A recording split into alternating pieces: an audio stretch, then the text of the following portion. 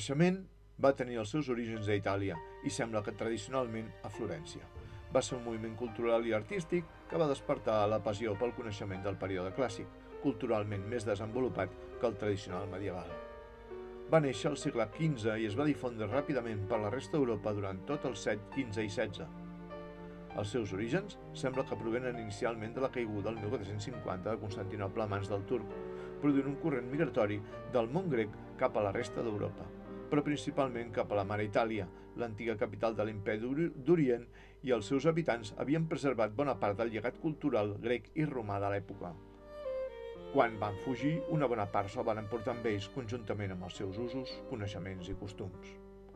En establir-se a Itàlia, el contacte amb els seus habitants va fer esclatar per part d'aquests un moviment cultural, el Renaixement. Però no va ser l'únic motiu. L'altre trobem en l'admiració que despertaven entre els habitants dels diferents regnes d'Itàlia les obres del passat, que fins aleshores, tot i considerades herètiques perquè en moltes d'aquestes obres es representaven els déus profans, havia generat un col·leccionisme ocult a ús de l'Església. També l'expansionisme de l'humanisme, especialment amb el desenvolupament i plagi del nou invent, la impremta, va generar un gran espai cultural a Europa, amb l'antropocentrisme, que va fer esclatar l'admiració per la principal obra divina, home com a centre d'atenció humana, com a ésser racional que té imatge i semblança de Déu, es va obrir la porta al retorn cultural del passat. En aquest marinat va néixer l'Acadèmia Platònica Florentina, que va ser una institució fundada el 1459 pels Mèdici.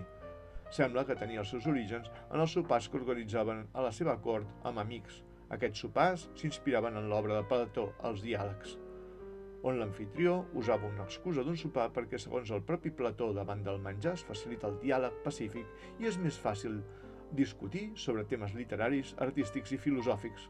Aquest costum d'aquesta família poderosa italiana es va convertir posteriorment en escola i va ser imitat en totes les corts europees. L'Acadèmia Platònica Florentina, a part de reprendre l'amor pel coneixement, defensava el neoplatonisme renaixentista que eliminava el passat herètic de les cultures anteriors al cristianisme. A partir de les seves reflexions es va establir que la presència divina sempre havia acompanyat l'home, tot i que aquest no fos capaç de cursar la seva presència de manera plena. El Renaixement està dividit en dues etapes. La primera de totes, el Quattrocento, entre el 1401 i el 1500. La segona es correspon al Cinquecento, entre el 1501 i el 1600.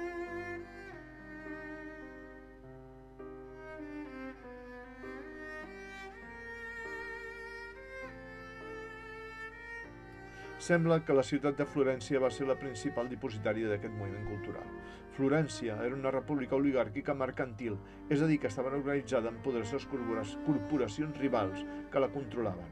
Al final del segle XIV ja rivalitzaven amb Nàpols i Milà, destacant-se per la seva banca i la fabricació i comerç de la llana i la seda, convertint-se en una de les ciutats més riques de tota Europa. La seva banca estava dominada principalment per la família Mèdici, que a partir de 1378 van passar a liderar la república. L'augment del poder d'aquesta família, que es va emparentar amb famílies reials europees i que va donar pas a llinatges papals, va donar una enorme estabilitat a la ciutat. L'expressió del poder d'aquesta família es va traduir en forma de grans monuments i palaus que es van convertir en el centre d'admiració de tota la península italiana i posteriorment d'Europa, gràcies als seus esforços de mecenatge i al seu gust per la bellesa i l'amor al coneixement i l'art.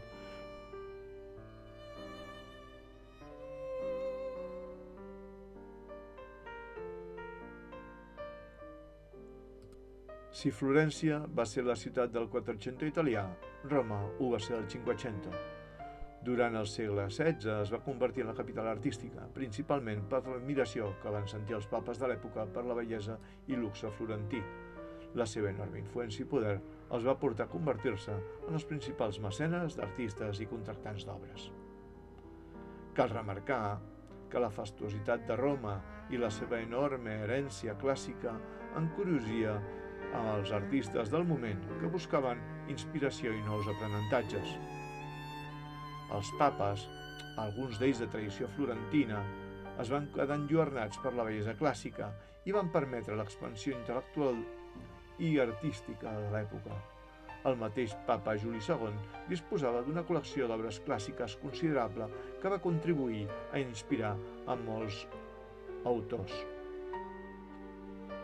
A més, per reafirmar aquesta capitalitat artística, Roma disposava de l'avantatge que els pintors, escultors i arquitectes de l'època podien contemplar in situ les obres dels autors del passat clàssic que encara restaven en peu, i això els delectava.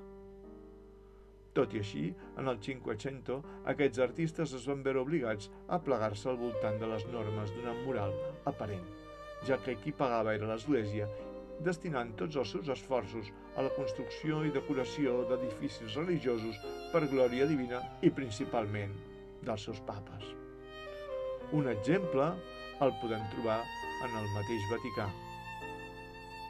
La seva magnífica cúpula, iniciada per Bramante i posteriorment acabada per Miquel Àngel, n'és un dels grans exemples, però no l'únic. En el seu interior podem trobar obres excelses. La mateixa Capella Sixtina és un exemple, entre molts altres. Així trobem obres de Leonardo, Bramante, Michelangelo i Rafael.